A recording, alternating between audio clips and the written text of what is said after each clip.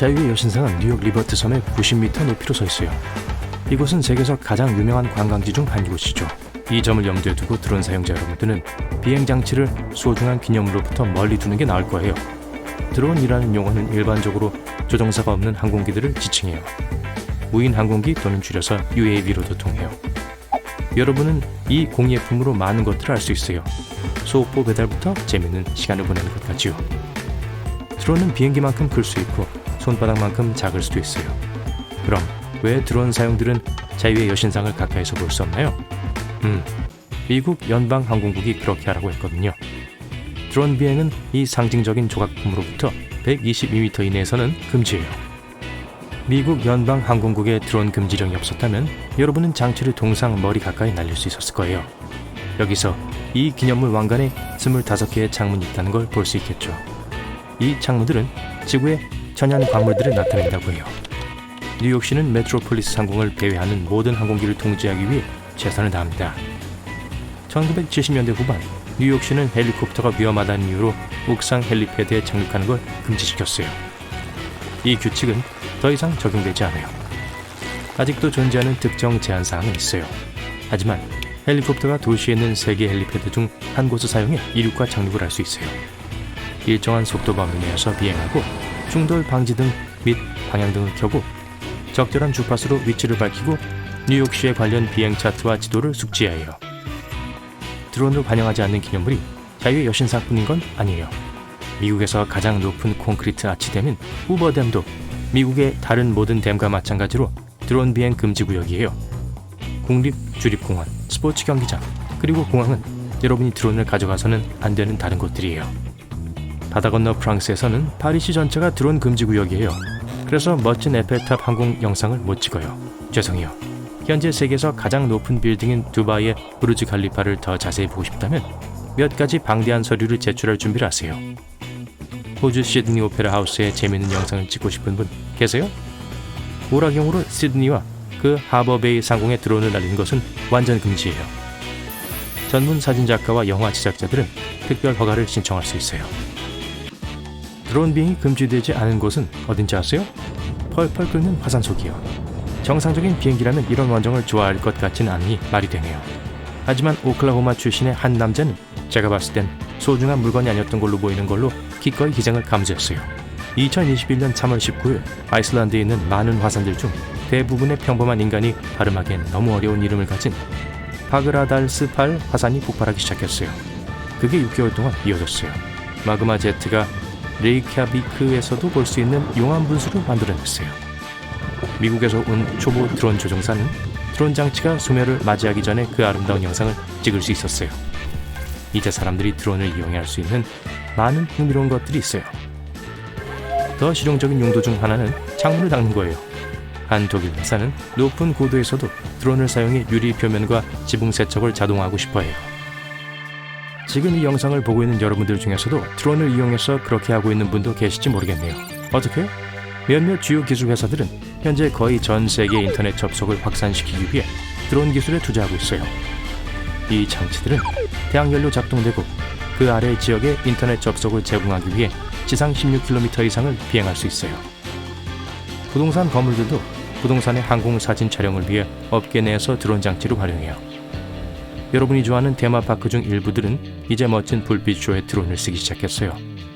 2016년에 이런 쇼들을 훨씬 더 개선하기 위해 세계에서 가장 큰 테마파크 중 하나가 드론으로 작동하는 투영 기술에 대한 특허를 제출했어요. 간단히 말해서 드론이 프로젝션 어셈블리의 영상을 쏘는 거예요. 여러분이 좋아하는 문학과 TV 캐릭터의 실물보다 더 큰 버전이 드론을 통해 여러분 앞에 투영되는 걸 상상해보세요. 어때요? 꽤 멋지죠? 사실 지금 드론은 엔터테인먼트 세계를 뒤흔들고 있어요. 스스로 날 수 있는 비행기를 포함한 드론 기술의 창조적인 발전을 보면 놀랄 일도 아니죠. 드론과 영상 캡처 품질의 향상으로 드론은 영화와 영상의 세계를 완전히 바꿀 수 있어요. 카메라맨 없이도 드론으로 장면을 찍을 수 있어요. 모두 알맞은 펜과 틸트들은 사전에 프로그램이 되어 있을 거예요. 드론의 가장 필수적이고 중요한 쓰임은 응급 상황에 대한 지원이에요. 네덜란드의 델프트 공과대학교에서 디자인된 앰뷸런스 드론은 진보된 응급처치 키트와 함께 제공되며 이 장비를 사용해 생명을 구하는 방법을 주변 사람들에게 알려줘요. 사람들은 또 수색과 구조 작업에 드론을 써요. 드론 기술을 사용해 지금까진 전 세계에서 적어도 750명의 사람들을 구조하는 데 성공했어요.